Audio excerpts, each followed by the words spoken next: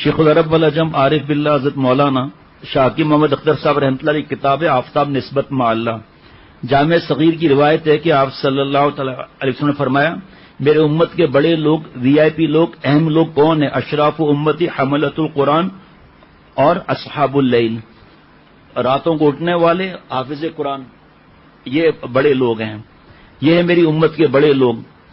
آج کل لوگ آدھی رات کو اٹھنا مشکل ہو جاتا ہے، تو اس کا مسئلہ اللہ تعالیٰ نے دل میں ایسا حل ڈالا کہ مفتی عبد الرحیم لاجپوری جو فتاوی رحیمیہ کے لکھنے والے گجراتی عالم ہیں، انہوں نے اپنے فتاوی میں میری تحقیق شائع کر دی۔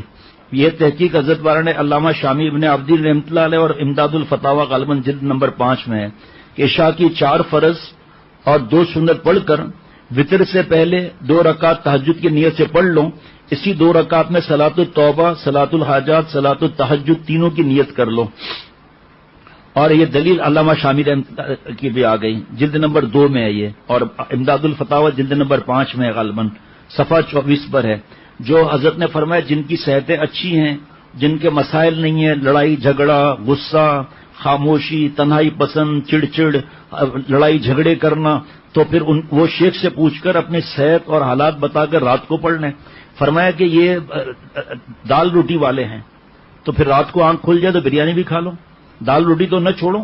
قیامت کے دن تہجد گزاروں میں اٹھائے جائیں گے، لیکن اول نمبر رات والوں کا ہے۔ اور یہ اس وجہ سے یہ بیان کر رہا ہوں کہ آج کل کے حالات کے حساب سے اور کوئی ذمہ داریاں اتنی نہیں اور خامخواہ جاگنا نہیں، رات کو اٹھ کر وضو کر کے 2 رکعت پڑھ کے دعا مانگنے کا مزہ ایسا ہے کہ ایسا لگے گا کہ سجدے میں ایسا لگے گا کہ جیسے بادشاہوں کی سلطنت سمٹ کر قدموں میں آ گئی ہو۔ باقی جن کے جو حالات ہے شیخ سے پوچھے گا، خدا نخواستہ کسی کی نیند کی کمی ہے، ٹوٹ ٹوٹ کے نیند آتی ہے تو وہ شیخ سے پوچھے گا۔ اور جیسے بیان ہوتا ہے، جب مسجد میں بیان ہو رہا ہے تو اس وقت پھر ہم سنت پڑھ کر وطر پڑھ کے بیان میں بیٹھ جائیں گے، پھر بیان کے بعد بھی پڑھ سکتے ہیں۔ اور اگر کسی کو وضو کنٹرول میں ہے تو بھلے وہ وطر بھی بعد میں پڑھ لے، مرضی ہے۔ اور اگر یہ نہیں ہے کہ آپ کو جاگا نہیں جا رہا رات میں اور وطر قضا پر قضا ہو رہے ہیں، یہ سب چیز پوچھنی چاہیے۔ فرمایا یہ ان کے لیے جو بحر الکاہل ہیں، یعنی جو کاہلی کے سمندر ہیں، وہ بھی محروم نہ رہیں، تو وہ بھی اصحاب اللیل ہو سکتے ہیں۔ اور فرمایا کہ ترمذی شریف میں ہے کہ تہجد کے 4 فائدے ہوں گے۔ نمبر 1، تہجد گزار کا شمار صالحین میں ہو جاتا ہے، سب صالحین نے قیام اللیل کیا ہے، یعنی تہجد کی نماز پڑھی ہے۔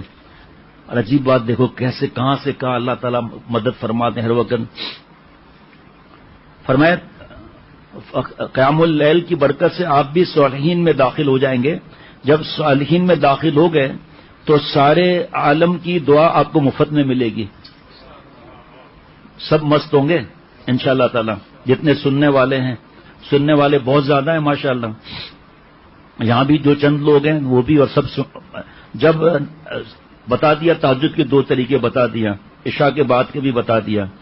جب صالحین میں داخل ہو گئے تو سارے عالم کی دعا آپ کو مفت ملے گی، چاہے وہ کعبہ شریف میں لوگوں کی دعا ہو، یا مسجد نبوی میں بزرگوں کی دعا ہو، یا پہاڑوں کے دامن میں کوئی ولی اللہ نماز پڑھ رہا ہو، یا راستے میں پڑھ رہا ہو، یا سفر کی نماز پڑھ رہا ہو، یا سمندر کے کنارے ہو، یا دریا کے کنارے ہو۔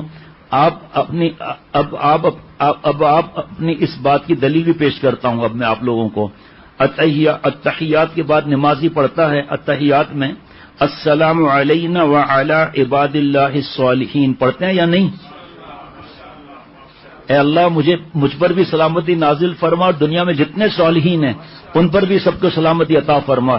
تو جب آپ صالحین بن گئے تو سارے عالم کے انسان، مسلمان، اولیاء اللہ، حافظ، عالم، جب نماز میں اتحیات پڑھیں گے تو وہ علی عباد اللہ الصالحین کی دعا میں آپ بھی شامل ہو جائیں گے۔